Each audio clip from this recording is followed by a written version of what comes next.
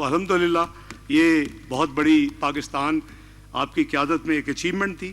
اس کے ساتھ ساتھ 27 سال سے 1997 میں میاں نواز شریف صاحب کے زمانے میں ایک ملٹی لیٹرل اکٹھ ہوا پاکستان میں۔ الحمدللہ آپ نے دیکھا کہ اکتوبر 2024 میں 27 سال کے بعد شنگھائی کارپوریشن آرگنائزیشن جو کہ اس خطے کی بہت ہی امپورٹنٹ ملک ہے، اس کا ایونٹ اسی ہال میں منعقد ہوا، اور الحمدللہ جو وزراء اعظم تشریف لائے 9 ملکوں کے اور ساتھ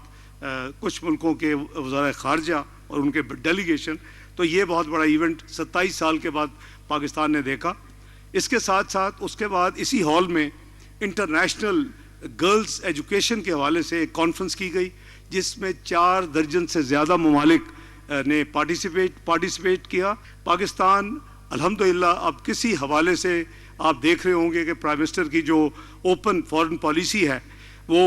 ان پلے ہے۔ پہلا دن جو پوسٹ لینے کے بعد ہم نے فیصلہ کیا کہ اب پاکستان میں جو کنونشنل ڈپلومیسی کے ساتھ ساتھ پرائرٹی کے ساتھ اکنامک ڈپلومیسی کی جائے گی، اور اس کی قیادت پرائم منسٹر خود کر رہے ہیں۔ Diplomatic isolation is over. Pakistan الحمدللہ is playing its due role. It is become again relevant the way it should be. ہم الحمدللہ ایک اکنامک جو اسٹیبلٹی کے ساتھ ایک جو نیوکلیئر قوت ہے، اور الحمدللہ ایک میزائل پاور ہے پاکستان، تو ہمیں اپنا جو آپ نے فرمایا کہ اپنے کمیٹی آف نیشن میں اپنا جو مقام ہم نے حاصل کرنا ہے، اس حوالے سے آپ کی جو ایفرٹس ہیں وہ انشاءاللہ ایک دن رنگ لائیں گی۔ جو تیسرا ہمارا جو چیلنج تھا وہ اگر آپ کمپیئر کریں 2013 کے نمبر آف ٹیررسٹ انسیڈنٹس اور 2018 کے، جیسے پرائم منسٹر نے فرمایا کہ وہ بالکل آلموسٹ ختم ہو چکے تھے الحمدللہ، لیکن آنے والی حکومت، میں کرٹیسزم نہیں کر رہا، ایک reversal of policy on terrorism پہ جو ہم نے کھول دی اپنے بارڈرز، اور ہزاروں کی تعداد میں جو یہاں سے بھاگے ہوئے ٹیررسٹ واپس آ گئے، اور پھر ہم نے ہارڈن کرمنلز کو اوور 100 جیلوں سے اس چکر میں چھوڑ دیا، وہ اب ریسرکٹ ہو چکا ہے، وہ ٹیررزم دوبارہ پاکستان میں آ چکا ہے۔ لیکن اس حکومت کا میاں شہباز شریف صاحب کی قیادت میں یہ ایک کمٹمنٹ اور یہ ایک کلیئر فیصلہ ہے کہ انہوں نے اسٹیک ہولڈرز کے ساتھ مل کے، آرمی چیف سے مل کے عزم استحکام کا جو فیصلہ ہے اس کے اوپر انشاءاللہ ضرب عضب اور رد الفساد کی طرح اسی طرح عمل ہوگا، اور انشاءاللہ پاکستان میں یہ جو تیسری پرابلم ہے یہ بھی بڑی جلدی دور ہوگی۔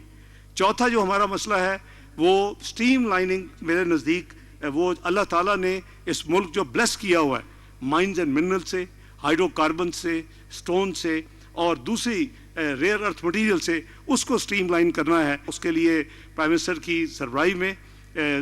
جو ایک ایپیکس کمیٹی ہے وہ کام کر رہی ہے، اور انشاءاللہ آپ بہت جلدی دیکھیں گے۔ یہ ایک ریسنٹ رپورٹ ہے کہ پاکستان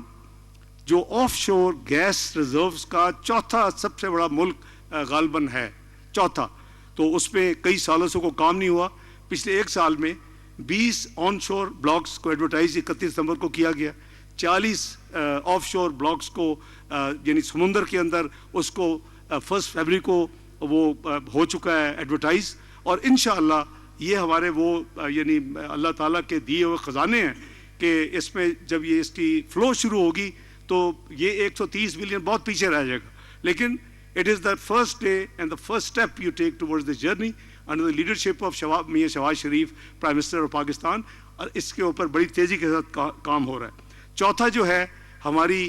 فورن ڈائریکٹ انویسٹمنٹ، وہ بالکل ڈرائی ہو چکی تھی پاکستان کے اپنے میکرو اکنامک انسٹیبلٹی کی وجہ سے۔ الحمدللہ آپ نے دیکھا کہ جو انہوں نے شٹلنگ کی مختلف ممالک میں، ابھی سعودی عربیہ کے 5 بلین کی کمٹمنٹ ہے، یو اے کی $10 بلین کی کمٹمنٹ ہے، آذربائیجان کی $2 بلین کی کمٹمنٹ ہے، کویت اور دوسرے ممالک کی 10 بلین کی ہے۔ اب اس کو کنورٹ کریں ایکچوئل پروجیکٹ فائنینسنگ، تاکہ وہ اس ملک میں امیجن کریں کہ اگر یہ $27 بلین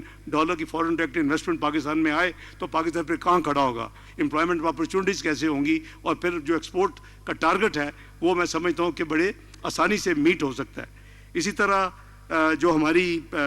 جو گلوبل ایکٹیویٹیز ہیں، جیسے میں نے عرض کیا کہ وہ کلائمیٹ چینج پاکستان کا ایک بہت بڑا مسئلہ ہے،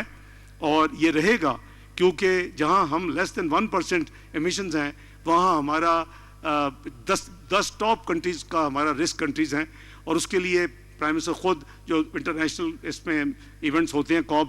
27 28 ابھی 29 باکو میں ہوا تھا، اس میں شرکت کرتے ہیں، اب آواز ریز کرتے ہیں. ظاہر ہے آسان کام نہیں ہے کہ جی نقصان کرنے والوں کو جو جن کی وجہ سے نقصان ہو رہا ہے کہ وہ کمپنسیٹ کریں، لیکن اس کی فائنینسنگ فنڈنگ کے اوپر کافی حد تک پیش رفت ہے. جہاں تک ملٹی لیٹرل فورز ہیں، یونائٹڈ نیشن ہے، اس میں آپ نے دیکھا کہ انگا میں پاکستان کی بھرپور نمائندگی کی.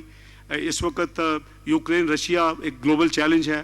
اس وقت مڈل ایسٹ ایک گلوبل چیلنج اس میں بنے ہوئے ہیں، جہاں ایک طرف ہم پیس ایفرٹس پوری طرح کوشش کرتے ہیں، دوسری طرف پرائم منسٹر صاحب کی یہ بھی کوشش ہوتی ہے کہ ان مسلم ممالک کو ہم برادر مسلم ملک ہونے کے حوالے مٹیریل مدد بھی کریں. تو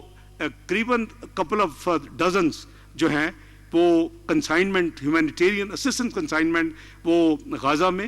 وہ لیبنان میں، وہ سیریا میں وہ جا چکی ہیں ایجپٹ اور جارڈن کے ذریعے. تو الحمدللہ اسلامو فوبیا کے حوالے سے، اس حوالے سے D8 ہو، OIC ہو، UNG ہو، ابھی UN سیکورٹی کاؤنسل شروع ہو چکا ہے. تو انشاءاللہ I think Pakistan is a bright future. یہ میرا فیتھ اور ایمان ہے کہ اگر ہم مل کے جو